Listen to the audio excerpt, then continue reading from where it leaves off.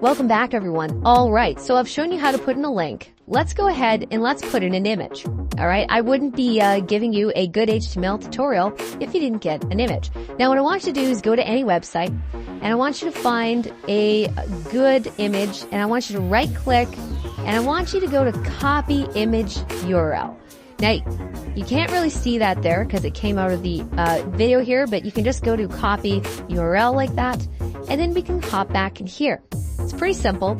All you have to do is type in img src, which is source, equals, and then 2 quotes, and then close that off. And all you do is you put in the, you just put it in right there. And as you can see, it works out here. Now this image here is actually quite a bit bigger. And what you can do here is you can actually change the size. So watch this. Right now, the image works the way it works, right? It puts on the screen. We haven't changed anything. We can add a bunch of properties to this.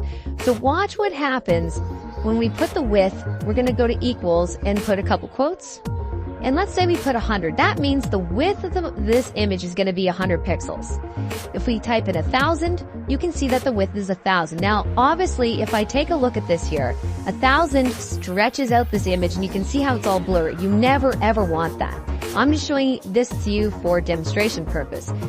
And if you want to do, let's say, something like 2,000, right? You can see that it gets even bigger. Let's just go back to about 300, okay? That's very similar to what it is here. Now, you'll notice that if I put the width just like this, it scales the width and the height.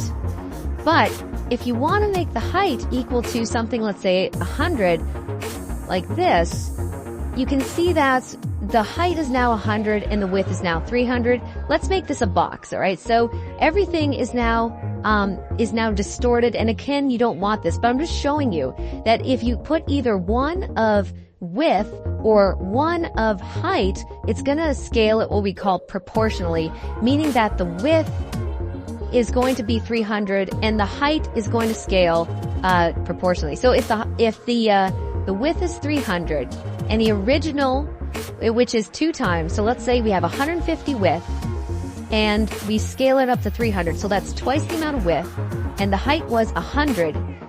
If we just put the width down, the height would then be 200. It's pretty simple, okay? So if you want to go ahead and you can add in different kinds of, you can add in different widths to your image if you want to. However, it's best that you go and make the image to whatever size you need for the website. So if you are in Photoshop or something like that, and you need an image that's 300 by 100, make it 300 by 100. What you can get away with, however, is you can get away with shortening the image. So if you make something, let's say by, 500 by 300, you can scale that down. It's always better to scale down than to scale up. All right? So that's how you add an image. I'll see you guys in the next tutorial.